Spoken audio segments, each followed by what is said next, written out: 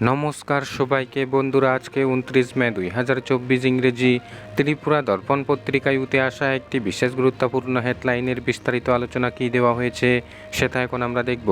হেডলাইনটির নাম হলো নিগমের ব্যর্থতায় গোটা রাজ্য জুড়ে বিদ্যুৎ বিপর্যয় দুর্ভোগ গ্রাহকদের। এখানে বলা হচ্ছে স্মরণাতীতকালের সবচেয়ে বড় বিদ্যুৎ বিপর্যয়ের সাক্ষী হয়ে রইল রাজধানী আগরতলা সহ গোটা রাজ্য।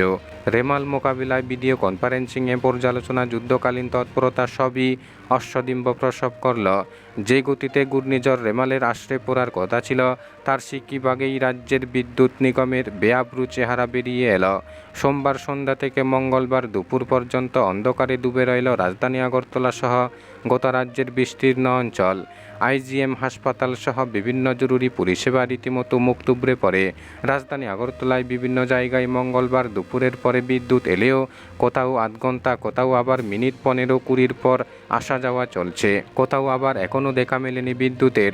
প্রায় 19-20 ঘন্টা বিদ্যুৎ ছাড়া কাটানো যে কতটা বিভীষিকাময় তা বলে বর্ণনা করা যায় না। বিদ্যুতের সঙ্গে পানীয় জল থেকে শুরু করে আরও বহু বিষয় যেখানে জড়িয়ে রয়েছে। স্পষ্টতই বোঝা যাচ্ছে বড় ধরনের কোনো যান্ত্রিক গোলযোগ হয়েছে, যার ফলেই এই বেসামাল অবস্থা। বিদ্যুতের এই দুরবস্থা নিয়ে নিগমের আধিকারিকদের গতকাল রাত থেকে আজ দুপুর পর্যন্ত ফোন করেও কোনো সদুত্তর মেলেনি। সবাই সেই এক 1912 নম্বরে ফোন করার কথা বলে দেন। সেখানে অবিরত ফোন বেজে গেলেও উত্তর দেওয়ার কেউ নেই।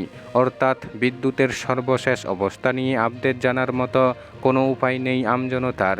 এর আগেও বহু ঝড়ের সাক্ষী এ রাজ্য, কিন্তু বিদ্যুৎ নিগমকে এতটা বেসামাল হতে দেখা যায়নি। এই সংবাদ লেখা পর্যন্ত রাজ্যের বিভিন্ন প্রান্তে বিদ্যুৎ সংযোগ চালু করা যায়নি। বেশ কিছু অঞ্চলে গত শনিবার থেকেই বিদ্যুৎ বিভ্রাট, যা আজও চলছে। নিগমের এক সূত্র অনুযায়ী যথাযথ সময়ে প্রয়োজনীয় সংস্কারের অভাবেই এই বিপত্তি। পাশাপাশি বিভিন্ন জায়গায় বিদ্যুৎ সংস্কারের কাজ বেসরকারি সংস্থার হাতে তুলে দেওয়ার ফলে বাস্তবে কতটা সংস্কার হয়েছে তার ছবি দুর্যোগের দিনগুলিতে উঠে আসছে।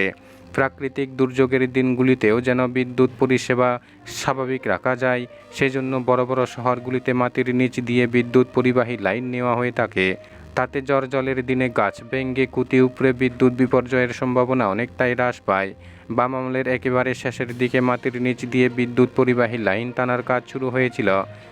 রাম আমলের 10 বছরে সেই কাজ শেষ হওয়া তো দূরের কথা, আদৌ আর এগিয়েছে কিনা এই নিয়েও যথেষ্ট সংশয় রয়ে যাওয়ার অবকাশ থাকে বইকি।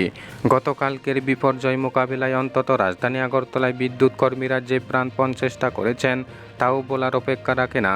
কিন্তু গোড়ায় যদি গলদ রয়ে যায় তবে তাদেরই বা কী করার আছে।